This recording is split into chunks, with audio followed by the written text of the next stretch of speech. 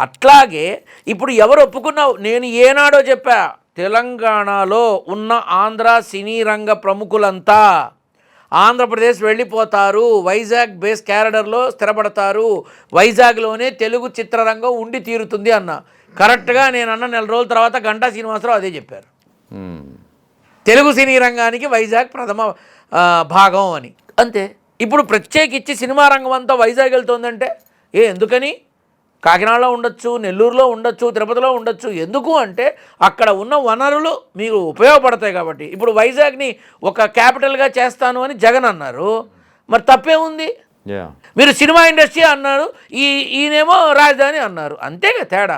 అంతే కదా. వైజాగ్ సినీ it's a tourism spot, అంతే, డౌట్ లేదు.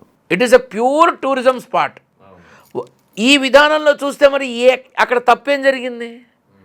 సరే, కర్నూలులో ఏదో ఈ హైకోర్టులో అవి అన్నారు, ఓకే, కాసేపు అనుకుందాం. అటుపక్క కూడా డెవలప్ అయితే కర్నూలు నుంచి ఇంకో 100 కిలోమీటర్లు డెవలప్ అవుతుందనే ఆలోచన ఉందేమో. అవును కదా. సో ఇవన్నీ దృష్టిలో పెట్టుకోవాలి, అందరూ దృష్టిలో పెట్టుకోవాలి.